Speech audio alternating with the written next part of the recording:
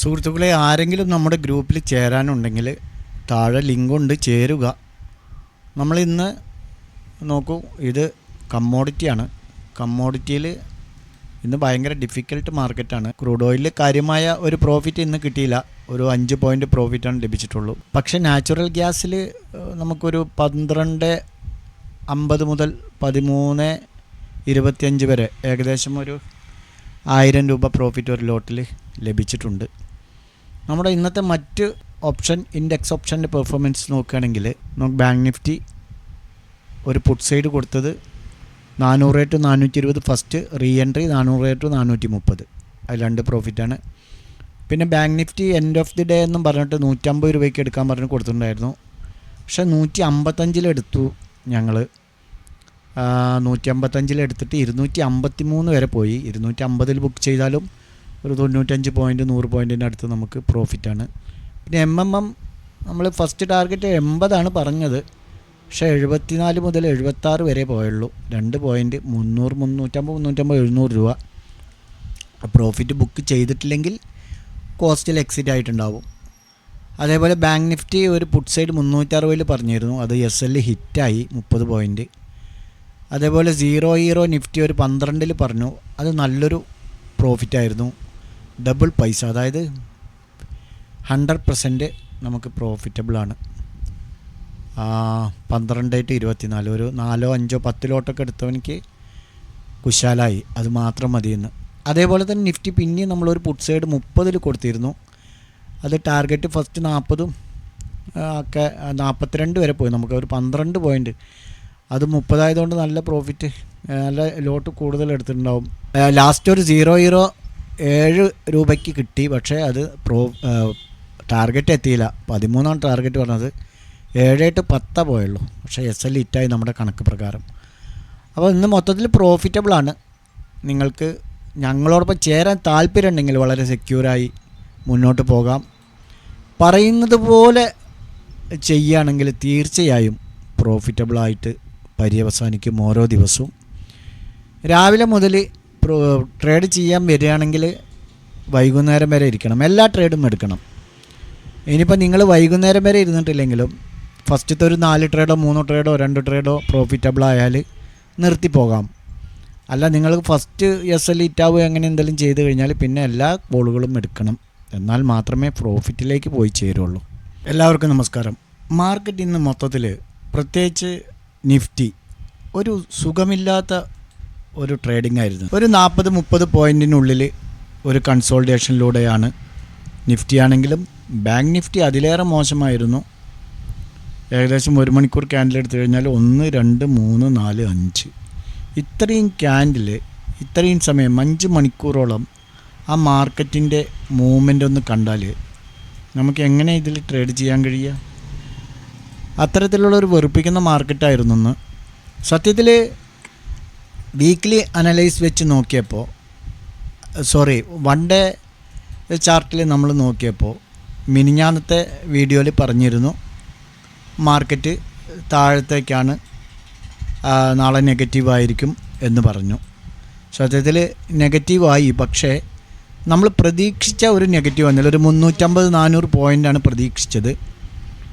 അതിന് കാരണമുണ്ട്. നിഫ്റ്റി ഇന്ന് സപ്പോർട്ട് ചെയ്തില്ല. നിഫ്റ്റി ബാങ്ക് നിഫ്റ്റിയെ സപ്പോർട്ട് ചെയ്തില്ല എന്ന് വേണം കരുതാൻ. പക്ഷേ ഇവിടെ നാളേക്കൊരു സൂചന തന്നിട്ടുണ്ട്. ഡബിൾ ടോപ്പ് ടച്ച് ചെയ്ത് താഴത്തേക്ക് വന്നു. പക്ഷേ വീണ്ടും ഇവിടുന്ന് റീടെസ്റ്റ് നടത്തി മേലേക്ക് വന്നിട്ടുണ്ട്. നാളെ ഒരുപക്ഷെ പോസിറ്റീവ് ആവാനാണ് സാധ്യത. അതിന് കാരണമുണ്ട്. അതായത് അമേരിക്കൻ കേന്ദ്ര ബാങ്കായ ഫെഡറൽ റിസർവിൻ്റെ ധനനയം പറഞ്ഞിരുന്നല്ലോ. അതിന് കാര്യമായിട്ടുള്ള ഒരു പരിക്കൊന്നും കൂടാതെ കടന്നു പോയിരിക്കുകയാണിപ്പോൾ. അതുകൊണ്ടാണ് സത്യത്തിൽ ഇന്ത്യൻ മാർക്കറ്റ് ഒരു പോസിറ്റീവ്നെസ്സിൽ, നിഫ്റ്റിയൊക്കെ ഒരു പോസിറ്റീവ്നെസ്സിൽ ക്ലോസ് ചെയ്തത്. അതുകൊണ്ടാണ് ബാങ്ക് നിഫ്റ്റി ഇന്ന് വലിയ ഒരു ഡൗൺ ആവാതെ കേവലം ഒരു 165, ഒരു വേള 275 പോയിൻറ്റോളം താഴത്തേക്ക് വന്നു. പക്ഷേ നമ്മൾ അക്സെപ്റ്റ് ചെയ്ത അത്രയും ഡൗൺ ആയില്ല എന്നാണ് പറഞ്ഞു വരുന്നത്. എന്നാലും നമ്മൾ ഡേ ക്യാൻഡിൽ പ്രതീക്ഷിച്ച പോലെ ഒരു നെഗറ്റീവിൽ തന്നെയാണ് ക്ലോസ് ചെയ്തത്. അതിന് കാരണം ഇതാണ് ഫെഡറൽ റിസർവ് നയം. തൽക്കാലം ഇനിയൊരു പലിശ നിരക്ക് വർധന ഉണ്ടാവില്ല, ഉടനൊന്നും ഉണ്ടാവില്ല എന്നാണ് പറഞ്ഞത്. പണപ്പെരുപ്പം നിയന്ത്രണ വിധേയമായെന്ന് ഉറപ്പായാൽ മാത്രമേ പലിശ നിരക്ക് കുറയ്ക്കുന്നതിനെക്കുറിച്ച് ആലോചിക്കൂ എന്നും federal reserve chairman Jerome Powell പറഞ്ഞിരുന്നു. പലിശ ഭാരം കൂടില്ലെന്ന് ഉറപ്പായതോടെയാണ് മാർക്കറ്റിൽ നിന്ന് ഒരു പോസിറ്റീവ് ടെൻഡൻസിയിലേക്ക് മാറിയത്. അല്ലെങ്കിൽ നമ്മൾ പ്രതീക്ഷിച്ച രൂപത്തിൽ ബാങ്ക് നിഫ്റ്റി വളരെ താഴേക്ക് പോയേനെ. നമുക്ക് നാളേക്ക് നിഫ്റ്റി ബാങ്ക് നിഫ്റ്റിയുടെ സപ്പോർട്ട് ആൻഡ് റെസിസ്റ്റൻസ് ഒന്ന് പരിശോധിക്കാം.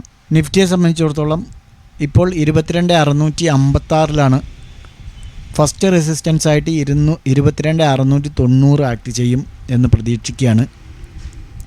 സെക്കൻഡ് 22,710, തേർഡ് പോവുകയാണെങ്കിൽ 22,783, അതായത് ആൾ ടൈം ഹൈ. ഇനി സപ്പോർട്ട് നോക്കുകയാണെങ്കിൽ 22,570 സപ്പോർട്ടുള്ളത്.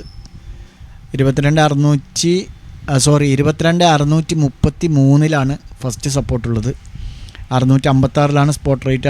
അതിനും താഴെ വന്നാൽ 22,568, അതിനും താഴെ വരികയാണെങ്കിൽ 22,505 ആയിരിക്കും. ഇനി ബാങ്ക് നിഫ്റ്റി നോക്കുകയാണെങ്കിൽ ഒരു ഹൈ വോളറ്റിലിറ്റി ആണെങ്കിലും ഞങ്ങൾ ടെലഗ്രാം ചാനലിലുള്ളവർ അത്യാവശ്യം പ്രോഫിറ്റ് ബുക്ക് ചെയ്തു. നമുക്ക് ബാങ്ക് നിഫ്റ്റി 49,243 സ്പോട്ട് റേറ്റ്. 49,475 ആയിരിക്കും ഫസ്റ്റ് റെസിസ്റ്റൻസായി ആക്ട് ചെയ്യുക. 49,705 സെക്കൻഡും 49,975, അതായത് ഹാൾ ടൈം ഹൈ തേർഡ് റെസിസ്റ്റൻസുമായി നിലനിൽക്കും. അതേപോലെ സപ്പോർട്ട് നോക്കുകയാണെങ്കിൽ 49,123 ലെവലായിരിക്കും ഫസ്റ്റ് സപ്പോർട്ട്. 48,810 സെക്കൻഡും 48,522 തേർഡ് സപ്പോർട്ടുമായി ആക്ട് ചെയ്യുമെന്ന് പ്രതീക്ഷിക്കുകയാണ്. ഇനി നാളേക്കുള്ള ഒരു 2 ഇൻട്രാഡേ സ്റ്റോക്ക് നോക്കാം. ഇൻട്രാഡേ സ്റ്റോക്കുകൾ ഇപ്പോൾ ഡെയിലി കൊടുക്കാൻ കഴിയുന്നില്ല. ഇന്നലെ മാത്രമേ കൊടുക്കാതിരുന്നുള്ളൂ, അതായത് ഇന്നലെ അവധിയായതുകൊണ്ട് അവധി വഴിക്ക് അങ്ങോട്ട് പോയി. ഏതായിരുന്നാലും നാളേക്ക് നമുക്ക് ACC ഫസ്റ്റായിട്ട് നോക്കാം. ACC സംബന്ധിച്ചിടത്തോളം ഒരു സെൽ എൻട്രിയാണ് നമുക്ക് പോസിബിളായിട്ടുള്ളത്. നോക്കൂ, ഈ ഒരു ലൈന് നമുക്ക് ബ്രേക്ക് ചെയ്യുകയാണെങ്കിൽ നമുക്കൊരു സെൽ എൻട്രി 2,515 ഒരു സെൽ എൻട്രി പോസിബിളാണ്. 2,523 നമുക്ക് സ്റ്റോപ്പ് ലോസ് വെക്കണം. 2,505, 2,495 അതിനും താഴെ വരികയാണെങ്കിൽ, ഏകദേശം അതിനും താഴെ വരാനുള്ള സാധ്യതയുണ്ട്. ഈ ലെവൽ നോക്കുകയാണെങ്കിൽ നോക്കൂ, ഈ ഒരു ലൈൻ ബ്രേക്ക് ചെയ്യുകയാണെങ്കിൽ 2,495 സസ്റ്റെയിൻ ചെയ്യുകയാണെങ്കിൽ നമുക്ക് ഇതുവരെ വരാനുള്ള സാധ്യതയുണ്ട്. ഏകദേശം 2,470 വരെ വരാൻ സാധ്യതയുണ്ട്. പക്ഷേ നിങ്ങൾ അതുവരെ ടാർഗറ്റ് വെക്കണമെന്നില്ല. നിങ്ങൾ ഫസ്റ്റ് ടാർഗറ്റും സെക്കൻഡ് ടാർഗറ്റും കഴിയുമ്പോൾ സ്റ്റോപ്പ് ലോസിനെ മുന്നോട്ട് കൊണ്ടുവന്ന് വെക്കേണ്ടി വരും. അങ്ങനെ വെച്ചാൽ മാത്രമേ പെട്ടെന്നൊരു സ്പൈക്ക് എന്തെങ്കിലും വരികയാണെങ്കിൽ നിങ്ങൾ സേഫ്റ്റി ആവുകയുള്ളൂ. അപ്പോൾ ഓക്കെ, രണ്ടാമത്തെ സ്റ്റോക്ക് സൺ ടി വി ആണ്. സൺ ടി വിയിലൊരു ബൈ എൻട്രിയാണ് കാണുന്നത്.